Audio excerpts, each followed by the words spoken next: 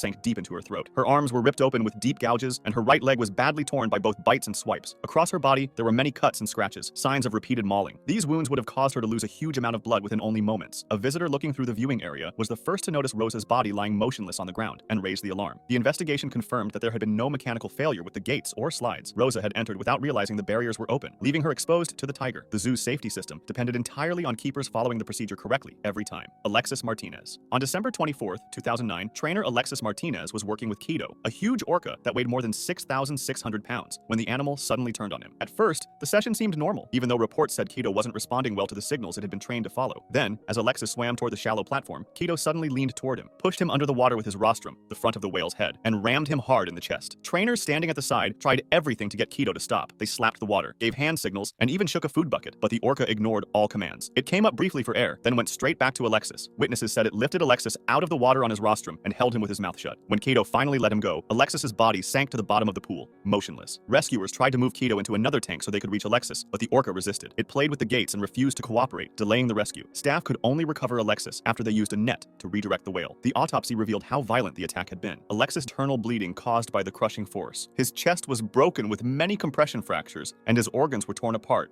Gian Rankarasamy. On the morning of September 10, 2025, 58-year-old zookeeper Gian Rankarasamy, a veteran who had worked with lions and tigers for almost 20 years, stepped out of his vehicle inside the lion enclosure during feeding time, while tourists remained inside. Allegedly, according to the safety rules, no one is ever allowed to leave the vehicle in predator areas, but that morning, Gian did. He left the vehicle door open and stood beside it while the lions were being fed. One lion crept up behind him and suddenly pounced, knocking him to the ground. Within seconds, the rest of the pride joined in. Tourists sitting inside their cars watched in horror as the lions mauled Gian, biting and clawing him while he lay helpless on the ground. Some honked their horns frantically to try to scare the animals away, but the lions ignored the noise. The attack lasted for nearly